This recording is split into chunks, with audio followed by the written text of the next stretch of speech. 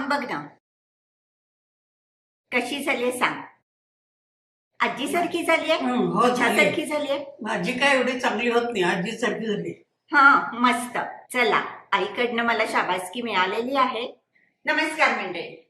आज दिल्लीहून माझ्या बहिणी येणार आहेत आणि त्यांच्यासाठी मला काहीतरी खास करायचं होतं आणि असा पदार्थ करायचा होता की त्या युजली तो बनवत नसतील, कारण हा पदार्थ माझी आजी खूप सुंदर करायची. तर माझी आजी तीच त्यांची आजी, त्यामुळे त्यांना आजीची आठवण यावी म्हणून हा पदार्थ मी करायचं ठरवलेला आहे. काय करतेस? अगं आज सुरळीच्या वड्या करतेय. अगं तो केवढा कचरा आणि ताट वगैरे पडणार, थापायला पुन्हा जास्त वाचतो हात त्याने.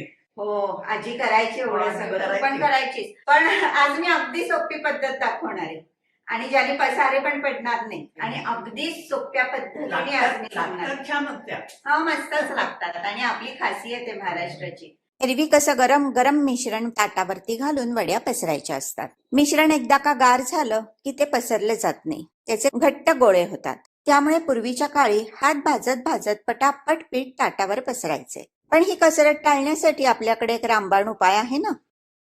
व्हिडिओच्या खाली तुमच्या डाव्या हाताला जो ॲरो दिसतोय त्याच्यावरती क्लिक करा, म्हणजे तुम्हाला पूर्ण रेसिपी बघता येईल.